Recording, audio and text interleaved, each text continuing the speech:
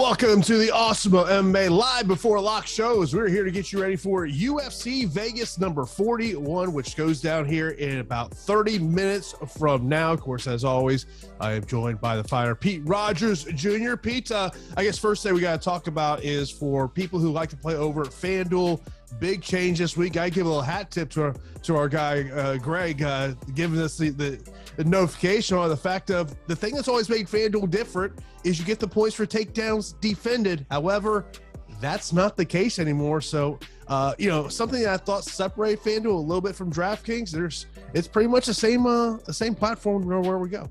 Yeah, exactly. I'm a DraftKings guy, but if you like FanDuel, by all means, you can stick to playing on FanDuel. But I like the appeal over on a different platform where it offered a little bit different of scoring. So not really the case anymore. But that definitely changes some things given the salary and how some fighters we like to target them because of the platform. So I'm excited to get into this card. It's going to be rapid fire for you guys. If you can toss your questions into chat, we'll get right to it. Yeah, and another thing we got to mention before we get into the weigh-in controversy of all week long, you've heard fighters talk about it. I mean, look, I just think it's totally unprofessional what Paulo Costa has done here, Pete. You can get it from the fighters aspect in terms of this one, but man, just completely unprofessional by Paulo Costa to show up to Vegas this week, and he had no intention of making 185. Yeah, zero intentions of making weight and trying to manipulate the fight in his side as much as he can. Kind of backing the UFC into a corner because he knows how much leverage he has given the spot and the rest of the card and the landscape of the card. So yeah, it was a real dirtbag move. I hope he gets finished in this fight, and I hope Marvin Vettori is compensated somehow throughout, because this is between the aggravation and also giving up a significant weight disadvantage. I mean, this is a high-level MMA. Anything can happen. And if Vettori loses this, he did the UFC a favor by accepting this fight. Where do we go from here? Yeah, it would not shock me if Paulo Costa loses, that he's no longer in the UFC. After tonight, of course, this show is sponsored by PrizePicks. We'll talk about PrizePicks here later on the show. They got some Bellator props over there. It's the card in Russia. We got Usman Nurmagomedov, almost a 40-1 favorite. Bellator. That's a big look, Bellator. We should be having a 40-1 favorite on a card, but we'll talk about that. Of course, I will tell you about the other things going on. Of course, be sure to give this video a thumbs up. Not subscribe to Awesemo on YouTube. Be sure to do that. Do want to let you know if you're not a Awesemo Plus member and you want to get a peek what's behind the paywall.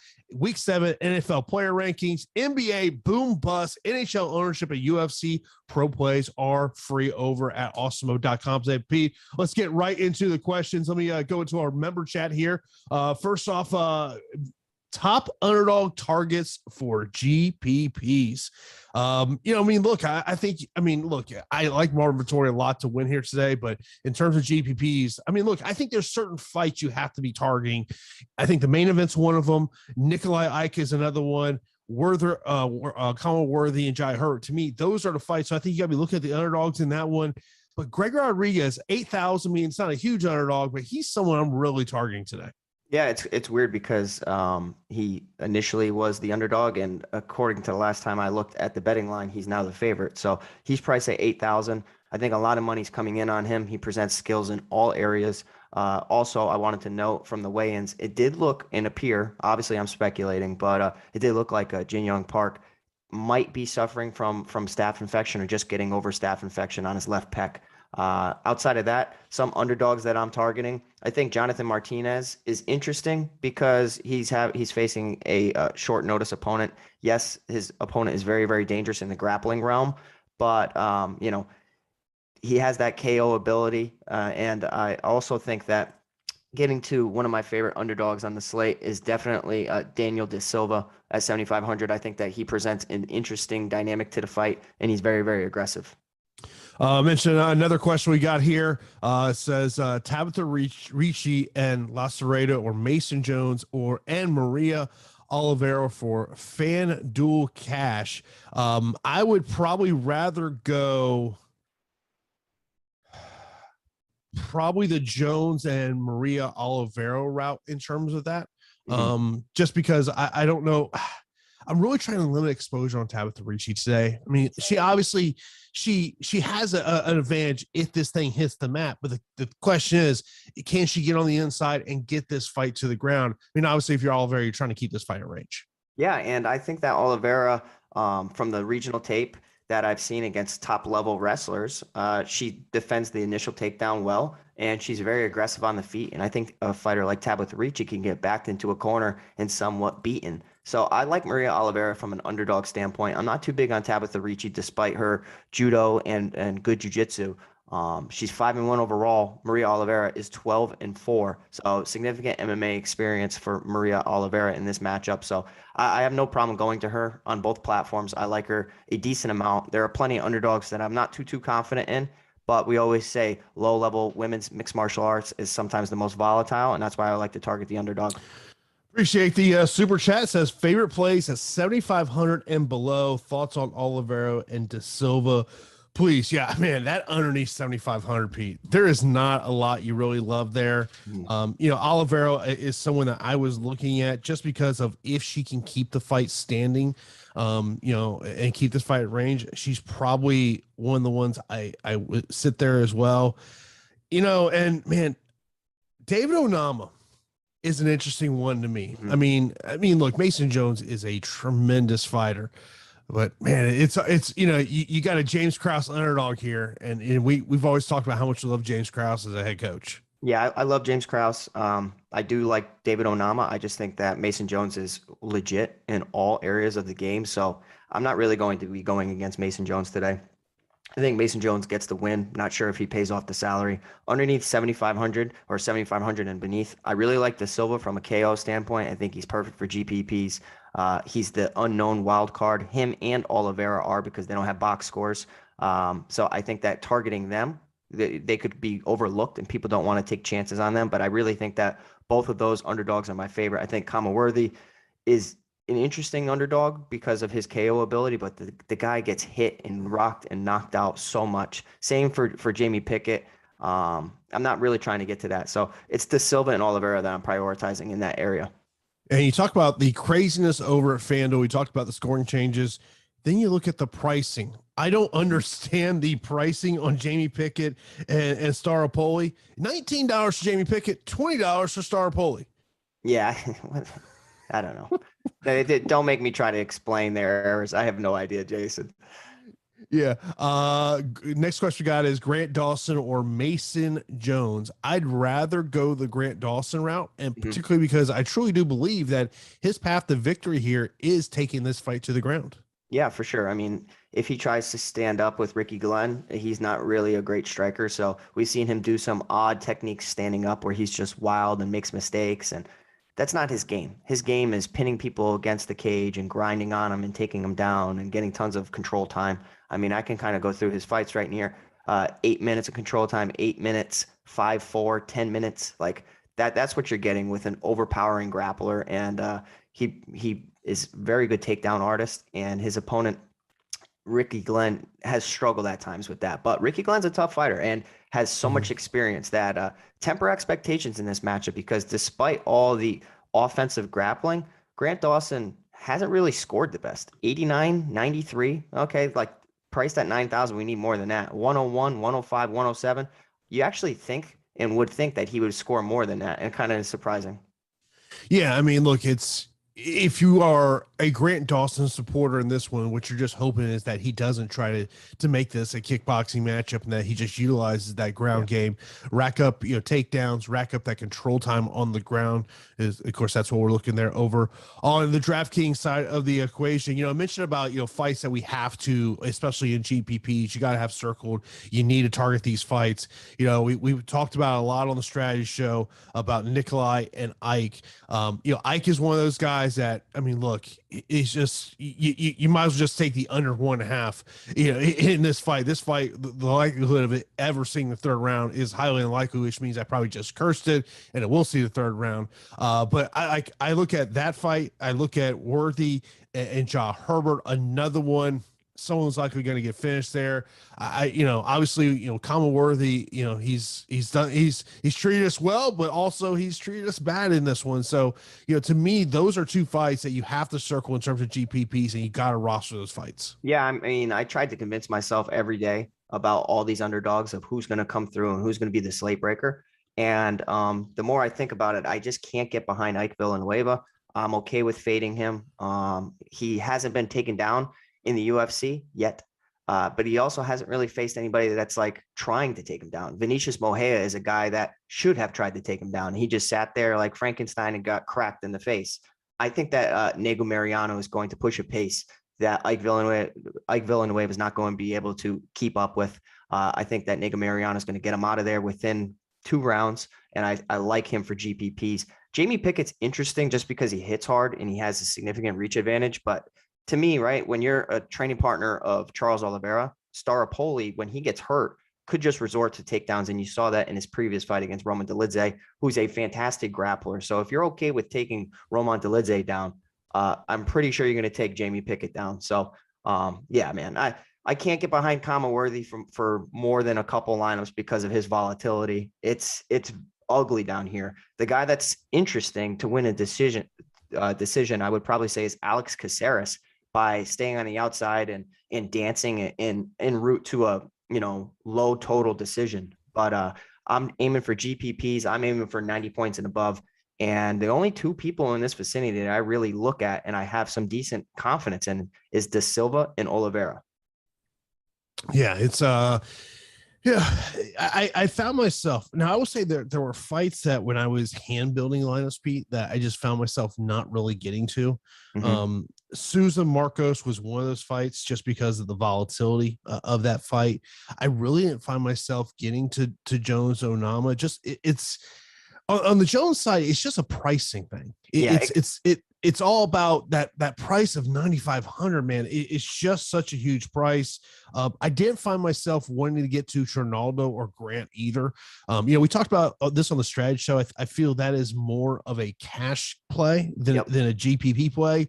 I really, I do like Choi against Caceres, but I didn't find myself getting there just because I was trying to get to other options that I preferred, like getting to Nikolai, getting to Staropoli, getting to Herbert, getting to Jeff Molina. Those are the fighters I wanted to get to more to get into someone like a Choi, a Jones. Yeah, it makes sense. I would agree with you. I'd say that the Dwight Grant and Trinaldo fight's one that I'm okay getting away from just because low volume, good toughness from both of them. I don't really see a finish happening in that. A pivotal matchup that I really think could be pretty interesting is the Rodriguez and Park fight. Every week we talk about the 8,000, 8,200 fight of how it's going to be a part of the optimal lineup, given the price. They don't have to do a lot in that salary range. And I think both guys present unique skill sets to get 100 points. Like Park is a great offensive wrestler. He puts people on their back a lot.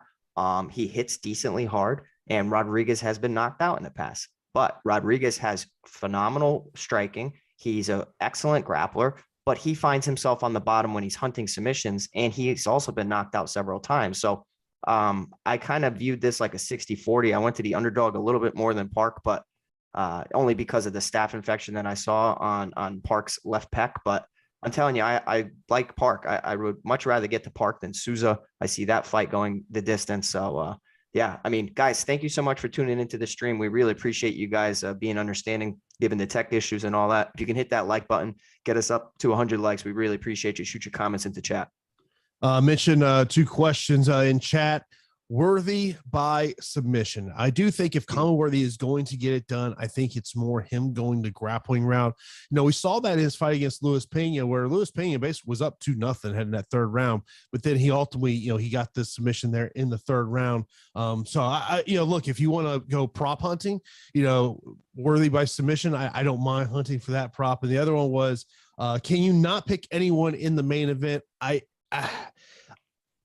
look, I think it'll separate yourself from the field, but I think you're going to be very concerned about one of these guys potentially going out there. And if it's Apollo Costa, maybe if he wins by knockout in the 1st or 2nd round, he's getting 100, 120 points, or Vettori basically ragdolls him for 5 rounds. you're going to have Vettori to be optimal. But the thing is, right, is we always talk about how the worst score is a third round finish. Obviously, if the round 1 and round 2 are low volume, or Costa is able to defend takedowns, or it's just primarily on the feet, and then let's say one takedown in the third en route to a finish, you're going to probably not get the best score. Vettori's priced fair at 8,600. If he doesn't break 95 points, there could be 6 other fighters that get 100 points. So I'm okay with getting away from it for a few of my lineups. And I think I did for like 2 of them. Didn't play too crazy today, but I definitely targeted a lot for sports betting. Nego Mariano is a parlay piece, and kind of is like one of the first people I'm getting to. I think that, for the light heavyweight division, I think that he's an interesting fighter going forward.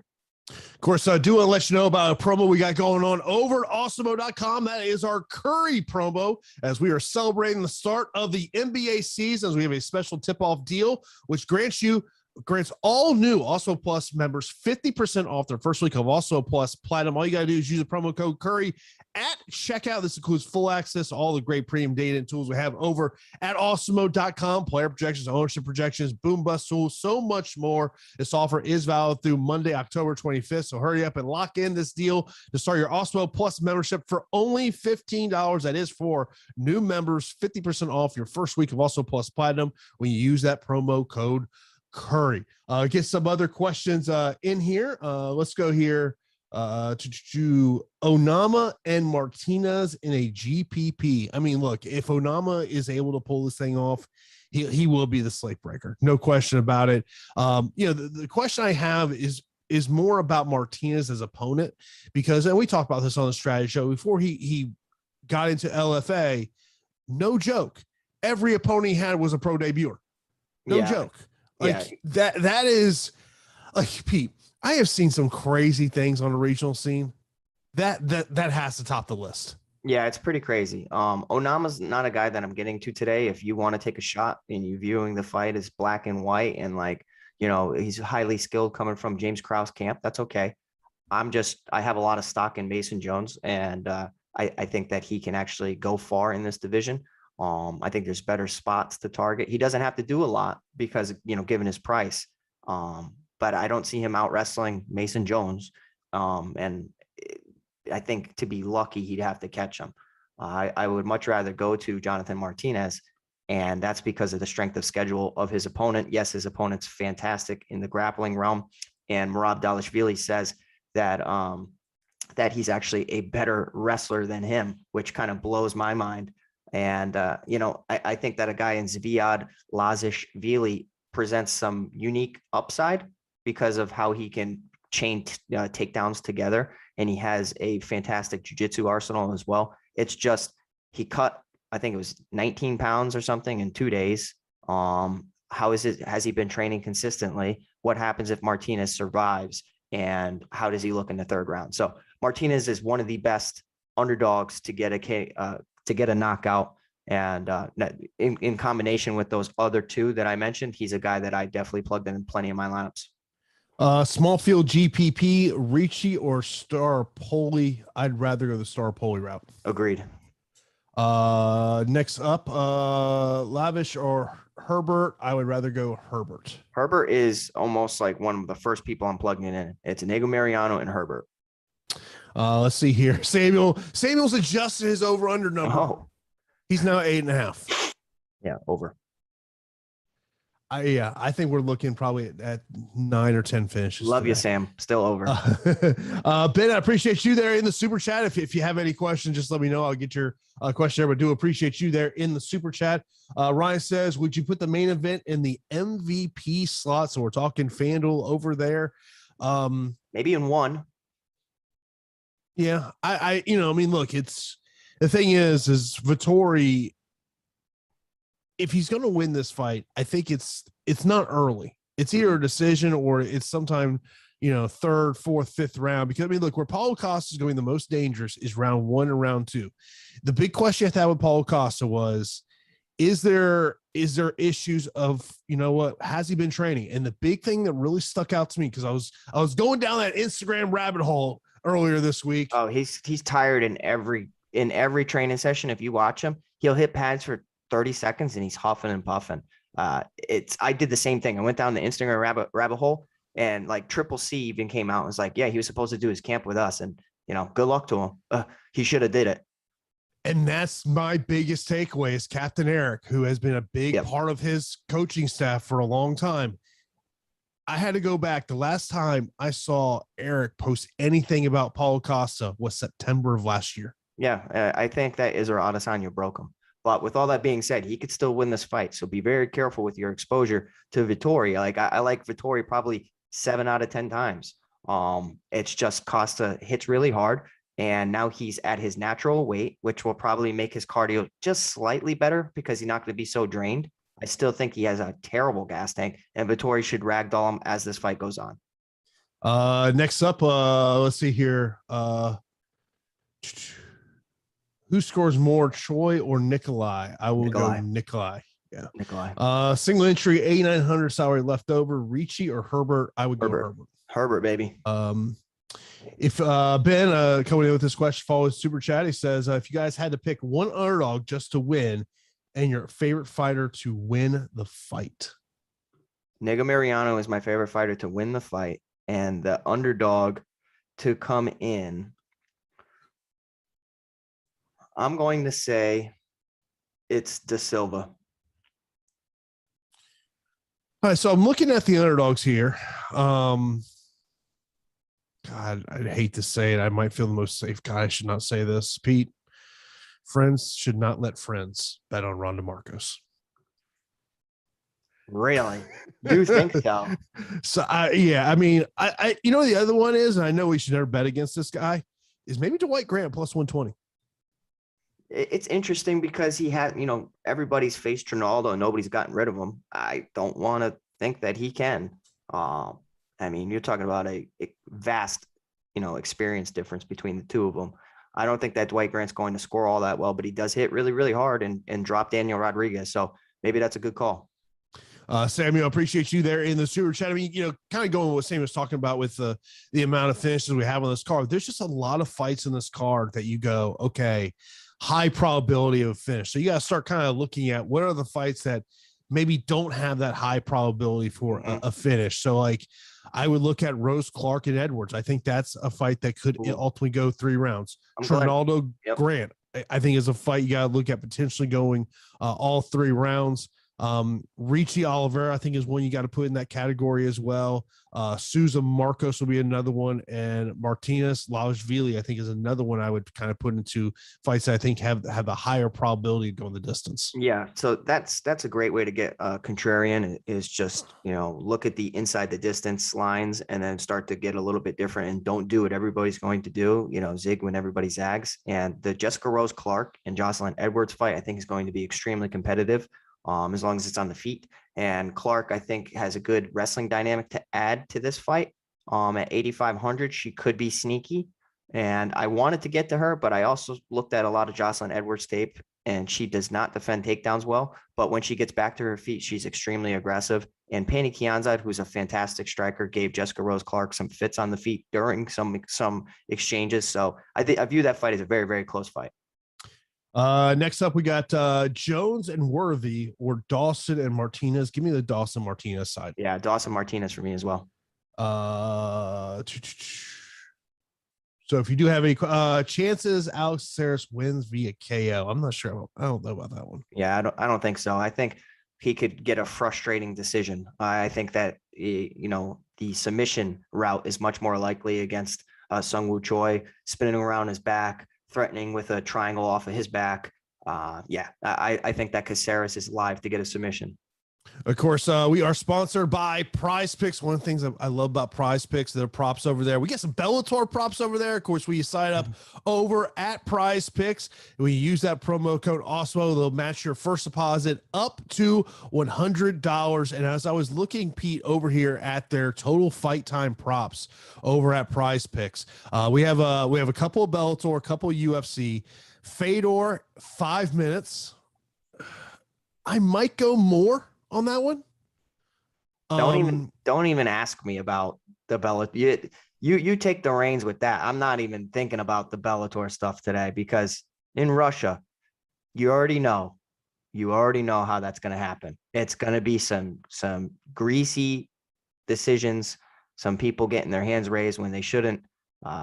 Yeah, I don't know, man. It seems like a very volatile spot today. I'd much rather target the UFC card, but I hear what you're saying. I mean, on Bellator, it's usually pretty easy to decipher what's a good under.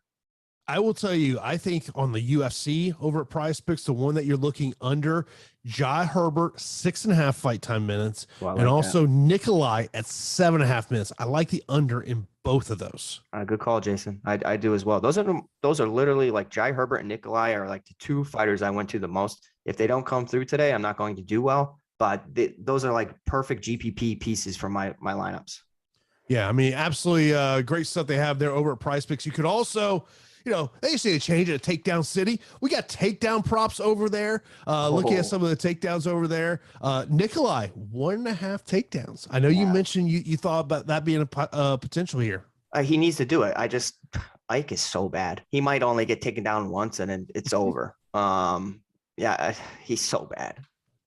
Yeah, but that's a great thing over there. If you sign up over at PrizePicks, be sure to use that promo code Awesemo as they'll match your first deposit up to $100. Get some other questions in here. Best 3 dogs on the card. Any dogs y'all have bets on? Looking at the best dogs of this card. Let's hear yours. Let's see here. Let me look at the updated, because there has been a major line movement over. Rodriguez is not a dog. Yeah. Let me see here. The major line movement, Grant Dawson now over a 5-1 betting favorite. Ridiculous. If I was going to bet Paulo Costa, I'd probably looking bet more him win round 1 or round 2 in terms of that, because I think that's when he's going to get there. In terms of underdogs, yeah, I mean, Rodriguez is not he's a favorite now in that one. There's not one that really sticks out to me that I say I feel a ton of confidence in. My 3 underdogs that I have targeting like for most of my lineups, it's Jonathan Martinez, Daniel Da Silva, and Oliveira. Those are the 3 that I got to a lot. I did a bunch of different combinations for them. Yeah, I think that they present the most GPP upside. Samuel asking, who will have the most takedowns today? Who will have the most takedowns today? Probably Grant Dawson.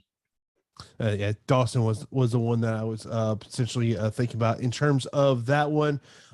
Favorite for MVP spot to me, I'm looking at Nikolai, I'm looking at Ja, and Vettori. I like all 3 of those. Those are money picks right there. Yeah.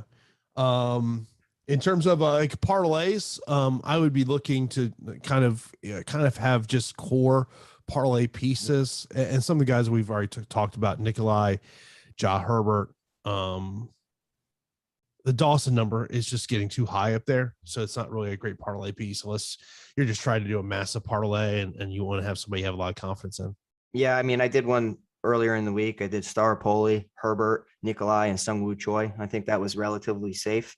Doesn't really give you the best odds, but it's plus 334. I like those 4. It's solid. But I really like Jai Herbert and Nikolai a lot today. Herbert and Caceres or Grant and Rodriguez. Give me Grant and Rodriguez. Agreed. By the way, we're just under 5 minutes here before it locks. So if you want to fire away with any questions, we'll try to get into all the questions before we get out of here with this one. Of course, we've got a ton of great shows coming for you here later on today. Of course, at 1:30, we got the NFL strategy show. Then we got the NASCAR show at 4 o'clock. And then at 5 o'clock, our NBA coverage will kick off. Also, be sure to check out our YouTube channels for fantasy football coverage as well for help setting your lineups for tomorrow's NFL Week 7 slate. Ryan says, should I take a stab at Onama? Yeah, minimal stab. Yeah. A little poke. I just think, how many lineups you playing? I think that's really what it comes down to. If you're playing 20, I think 1. Yeah.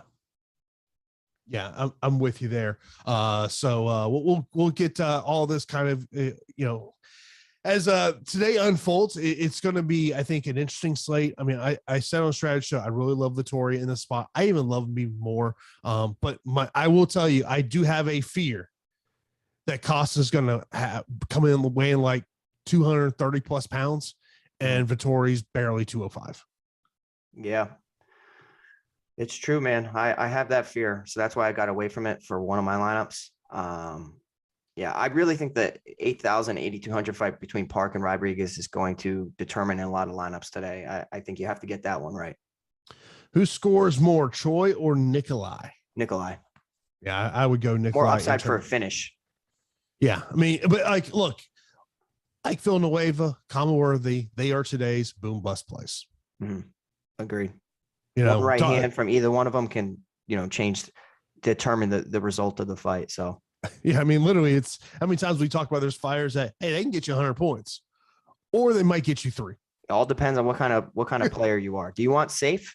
If you want safe, then that's where you start targeting guys like a Sungwoo Choi, Loriana Staropoli, and you leave yourself out of the heavyweight MMA with Nikolai. So we appreciate you guys a lot. And before you guys head out, if you could hit that like button, send those screenshots tonight. I hope you guys all the best. Jason and I really appreciate everything. Appreciate you guys tremendously. I will tell you, I just peeking over ownership. My leverage play of the day may be Staropoli. I like Staropoli. I think there's upside for takedowns. I'm telling you, when you take down Roman Dolidze, right? You have my intention. Like, yeah, he's a jiu-jitsu guy, doesn't have the best takedown defense, but when you're willing to go there, you don't fear anything. Yeah, I mean, and I think one of the things that you have to, in terms of today's slate, it's looking at those 9,000 options and say, who are people not going to get to? There are going to be people who are hand building lineups. They're going to see Mason Jones at 9,500, just go click. I just think that price point's just way too high. Yeah. I mean, I didn't play a tremendous amount of lineups, but I didn't get to Mason Jones today. I just think he has to do a lot. And if you look at his previous fights, he wouldn't have paid off this 9,500 tag. Yeah. Let's see here. Hockey Freak Sean says Vettori, Marcos, Clark, Park, Worthy, Molina for the win and the $18 GPP on DK. Man, I tell you what, Hockey, if your pump play of Colin Worthy comes in, yeah, look, every week, even though there's not a lot of underdogs I really liked on today's slot, there is going to be an underdog that's going to come in and they will be the slate breaker, and they'll be the ones that, we'll be talking with our members, about, hey, did you have enough of that fighter? Yeah, that's what it comes down to is exposure. So as long as we're, really, really accurate with a lot of our predictions, we can get that one good combination with that winning fighter. So, good luck to everybody today. Yeah, of course. As Pete said, love to see those screenshots. Be sure to tag us on Twitter. I'm at Jason_Floyd. He is at Pete the Heat MMA. That is going to do it for this edition of Live Before Lock. We'll be back on Thursday, earlier showtime next Thursday, 1 o'clock Eastern time. So check us out here for the Awesemo strategy shows. We'll get you ready for UFC 267. Pete, by the way, we got to get up early next Saturday for Live Before Lock, 10 a.m., buddy. Oh boy. All right. We'll have our coffees ready. So see you guys on Thursday. And again, good luck. Appreciate everyone tuning in here. We will talk to you on Thursday. Good luck to everyone today. I'll be back later on today for the NASCAR Strategy Show. Good luck to everyone. And me and Peter will talk to you next Thursday on the Awesemo Strategy Show. Good day, everybody.